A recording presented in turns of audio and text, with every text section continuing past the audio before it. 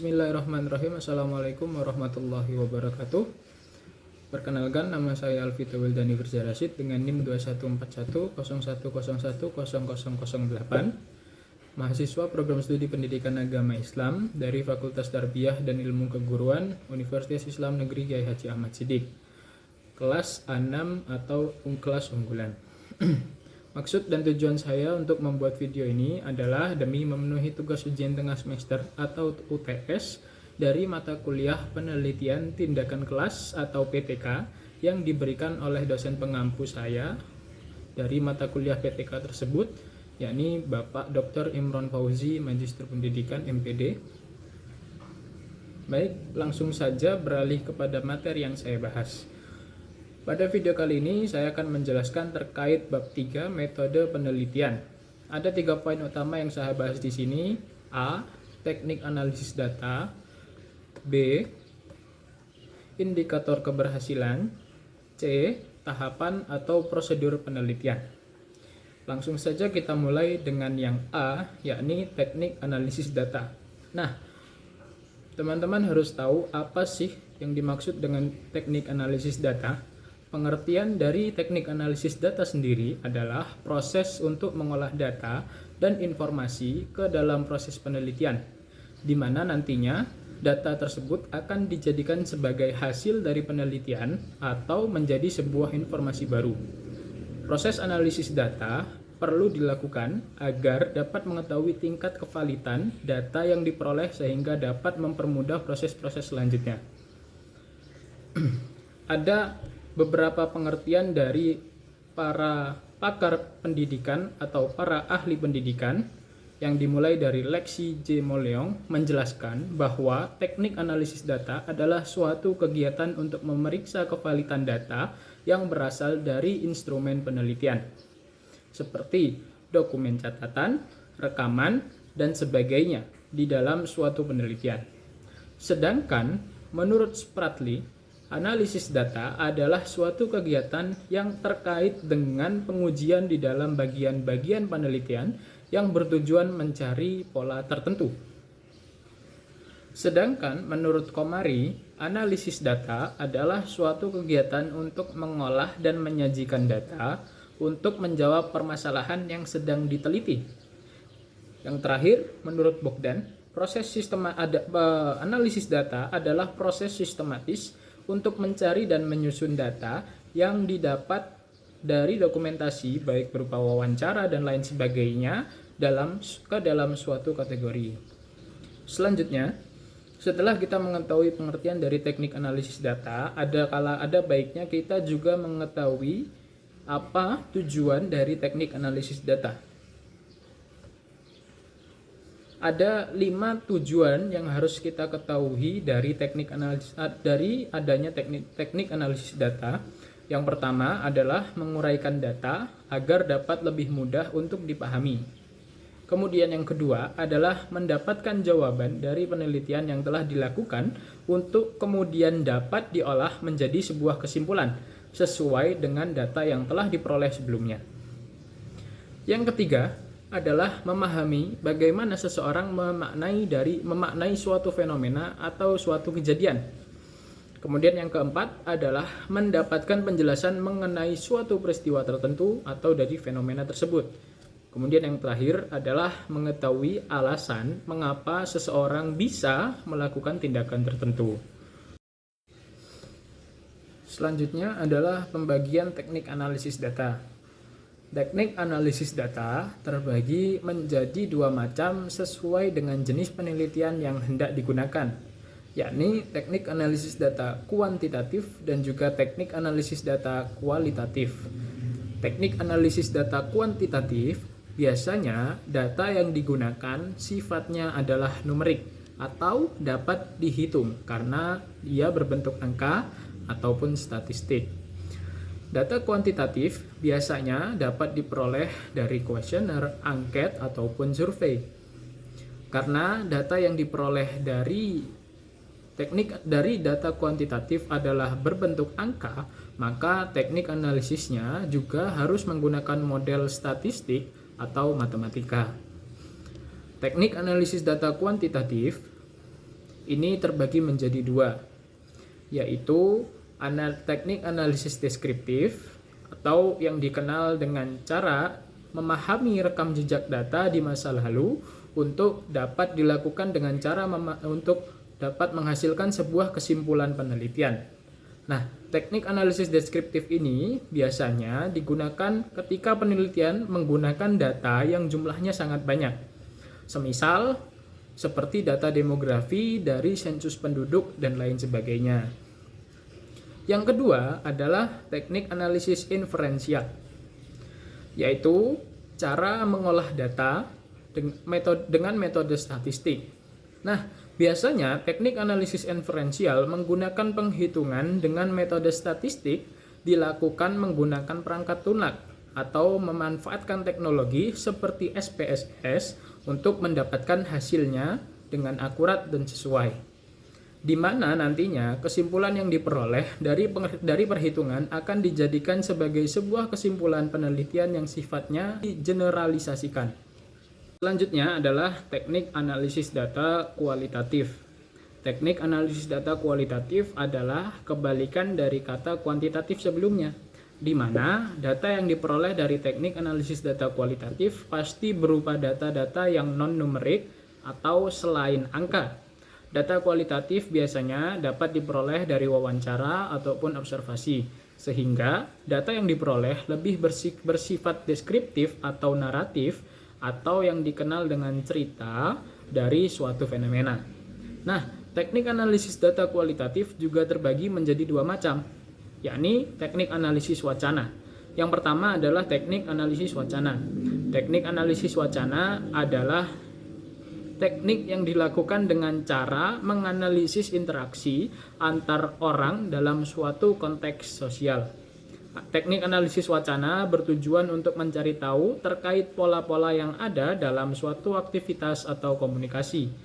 Yang kedua adalah teknik analisis naratif.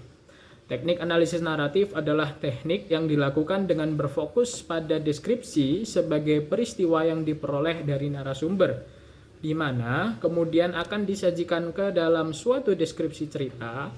Teknik analisis naratif juga dapat digunakan sebagai bahan pertimbangan dalam suatu aktivitas organisasi, baik dari segi internal maupun eksternal.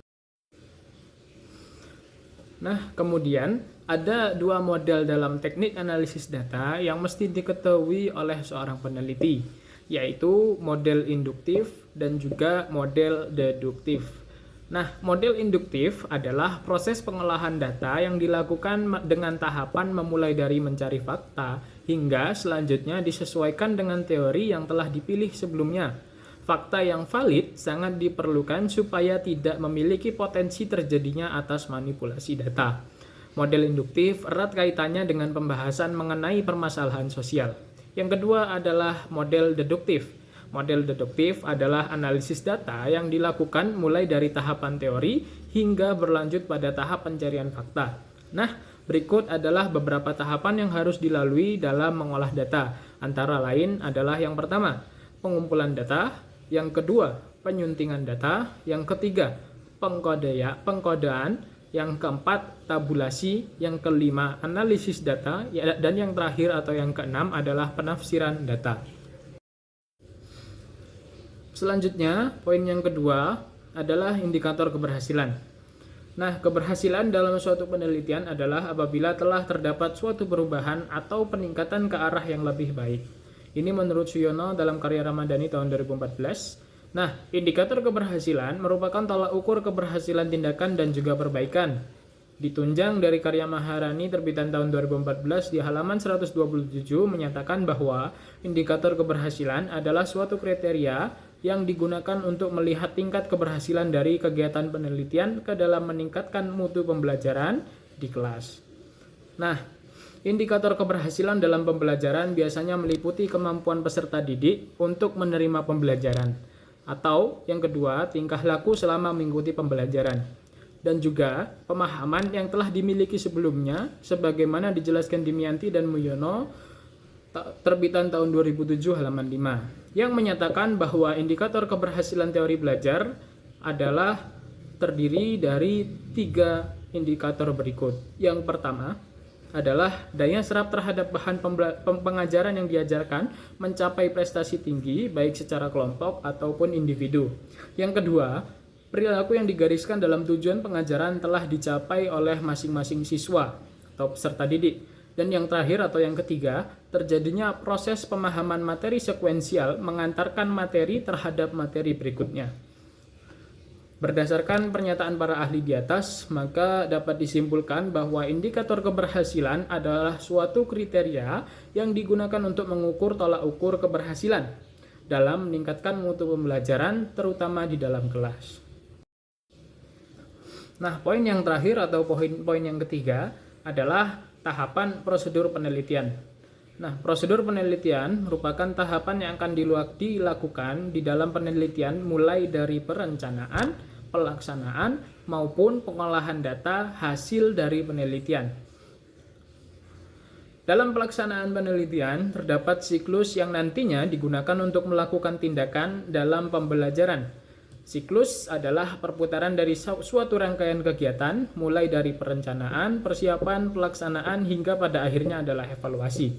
Biasanya, ada 3 siklus yang pasti diterapkan dalam suatu penelitian. Siklus yang dilakukan oleh peneliti biasanya dikembangkan dari desain model Ari Kunto dengan prosedur siklus yang mencakup 4 tahapan, yakni 4 tahapan tindakan, yakni perencanaan, pelaksanaan, tindakan, pengamatan, dan yang terakhir adalah refleksi. Nah, sebagaimana dijelaskan sebelumnya bahwa prosedur atau tahap penelitian terbagi menjadi 3 siklus, di mana masing-masing siklus berisi perencanaan, pelaksanaan tindakan, pengamatan, dan juga refleksi. Baik, langsung saja saya jelaskan mulai dari yang pertama, yakni perencanaan tindakan atau dalam bahasa Inggris kita kenal planning.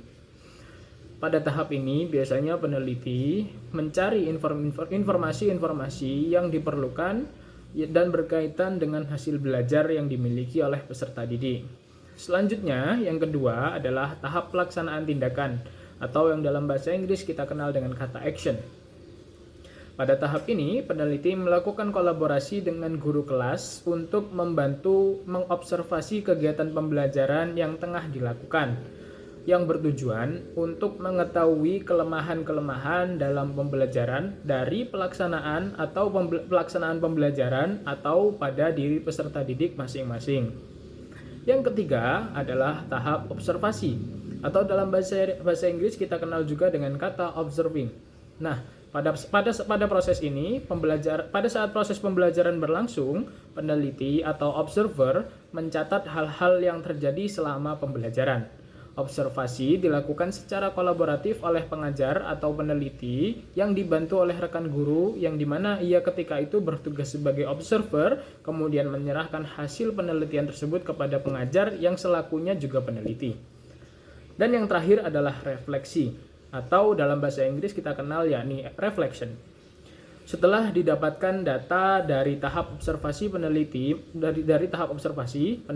melakukan refleksi terhadap kegiatan pembelajaran yang telah dilakukan dengan tujuan mengetahui kelemahan yang nantinya akan menjadi pertimbangan untuk melaksanakan siklus selanjutnya. Hal ini akan diteruskan dan dikembangkan lagi menjadi siklus 2 dan juga siklus 3, di mana menggunakan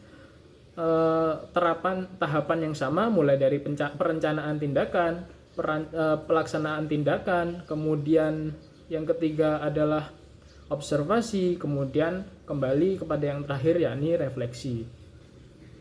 Baik, mungkin hanya itu saja materi yang dapat saya sampaikan dan jelaskan pada video kali ini yang saya buat demi memenuhi tugas ujian tengah semester mata kuliah penelitian tindakan kelas atau PTK. Saya sebagai pemateri memohon maaf sebesar-besarnya apabila ada salah kata ataupun kata yang tidak nyaman didengar di telinga, karena manusia adalah tempatnya salah dan juga dosa dan juga lupa. Al-insanu makanul khata' wan nisyan. Manusia adalah tempatnya salah dan juga lupa. Semoga materi yang saya sampaikan tadi dapat bermanfaat. Aqulu qouli hadza wallahul muwaffiq ila aqwamit thoriq. Assalamualaikum warahmatullahi wabarakatuh.